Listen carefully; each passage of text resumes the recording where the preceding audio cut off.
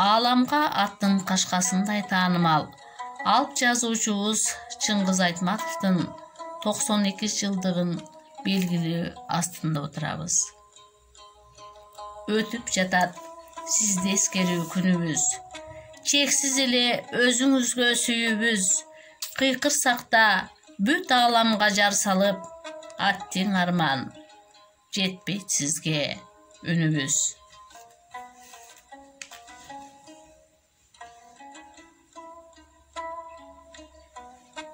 Чыңгыз Төрөкулович Айтматов 1928 жылы 12 декабрда азыркы Кыргыз Республикасынын Талас облусунун Киров районуна караштуу Шекер айылында мамлекеттик кызматкердин үй бүлөсүндө туулган.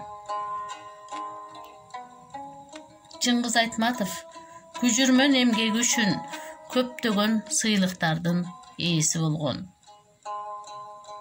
1978 жылы социалисттик эмгектин баатыры орденинин ээси.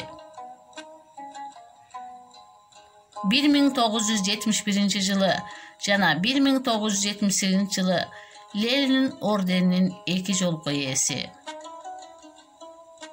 1984 жылы эл достугу орденин алган.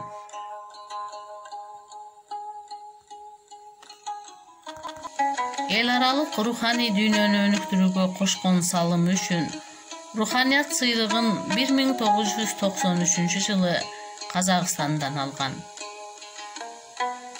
Достук ордени менен Өзбекстандан сыйланган.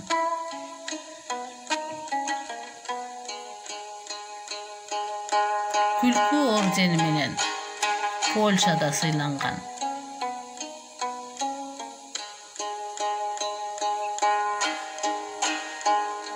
Биринчи даражадагы Манас орденинин ээси. Чыңгыз Айтматов Кыргыз Республикасынын эл баатыры. Анын чыгармалары дүйнө элине таанымал. Бетме-бет, Кызыл жолук жалжалым, Жамила, Кызыл алма жана башка көптөгөн чыгармалары менен эл эсинде түбөлүк жашайт.